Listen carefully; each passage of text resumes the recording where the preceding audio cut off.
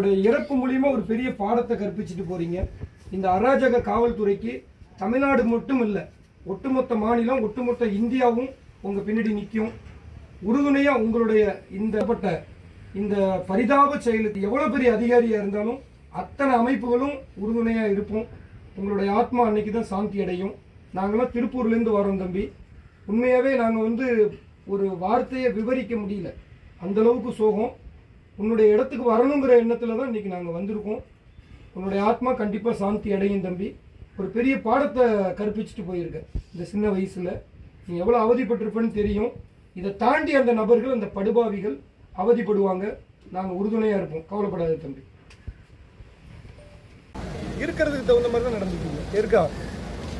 மதிப்பிற்குரிய தமிழ்நாடு முதலமைச்சர் ஐயா மு.க. ஸ்டாலின் அவர்களுக்கு அன்பான வேண்டுகோள். நான் இமானுவேல் நாடார், மாநில அமைப்பு செயலாளர், புதிய திராவிட கழகம். ஐயா, இன்னைக்கு நாங்கள் நம்மதிக்குரிய தம்பி இறந்துட்டதா சொல்கிறோம்.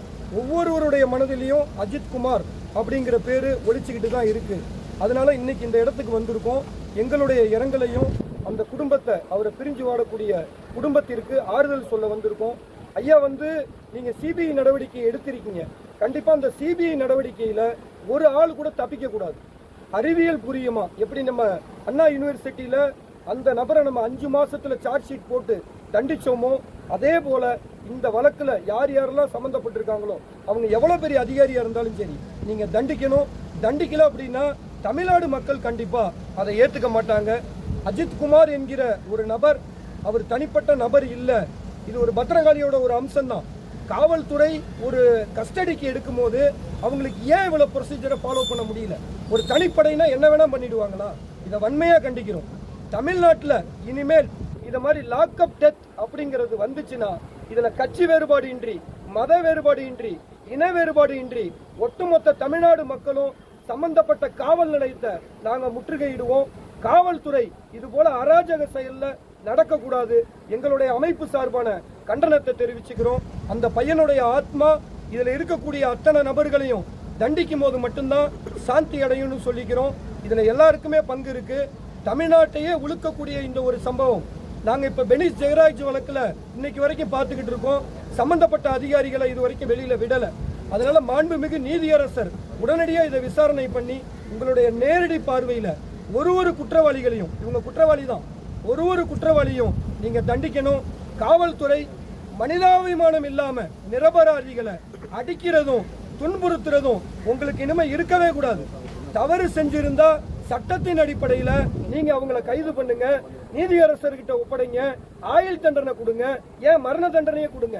ஒரு மனிதனோட உயிரை எடுக்கிறதுக்கு உங்களுக்கு யார் ரைட்ஸ் கொடுத்தா? இதை ஏத்துக்க மாட்டோம்.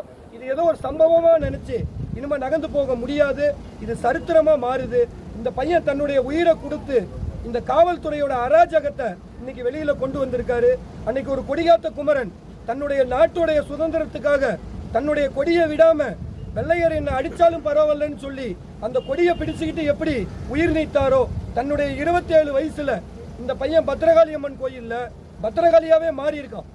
அவனுடைய அந்த கொதிப்பு எப்படி இருந்திருக்கும்? அது அடங்காது. கண்டிப்பா எங்களுடைய இளைஞர்களோட கோபம், இதுல எந்த கட்சி வேறுபாடும் கிடையாது. ஒரே எண்ணம், ஜஸ்டிஸ். ஜஸ்டிஸ்ங்கிறது யாரும் தப்பிக்க கூடாதுங்கிறது தான் எங்களுடைய தனிப்பட்ட எண்ணம். வன்முறைக்கு நாங்க வரல. மீண்டும் சட்டத்தின் அடிப்படையில் கேட்கிறோம். சட்டத்தின் அடிப்படையில் சம்பந்தப்பட்ட அதிகாரிகளை நீங்க கைது பண்ணணும். அப்படி இல்லை அப்படின்னா தமிழ்நாடு முழுவதும் இளைஞர்கள் படை எப்படி ஜல்லிக்கட்டுக்கு ஒண்ணு திரண்டோமோ அதே போல அஜித் குமாருக்கு ஜஸ்டிஸ் கேட்டு ஒரு மாவட்டத்திலையும் இளைஞர்கள் மத வேறுபாடு இன்றி, இன வேறுபாடு இன்றி நாங்க போராட்டத்தை முன்னெடுப்போம். மதிப்பிற்குரிய நீதியரசர் அவர்கள் நல்ல ஒரு உத்தரவு போட்டு இந்த வழக்கை முறைப்படி ஆவணம் செய்யணும்னு கேட்டுக்கிறேன். வணக்கம்.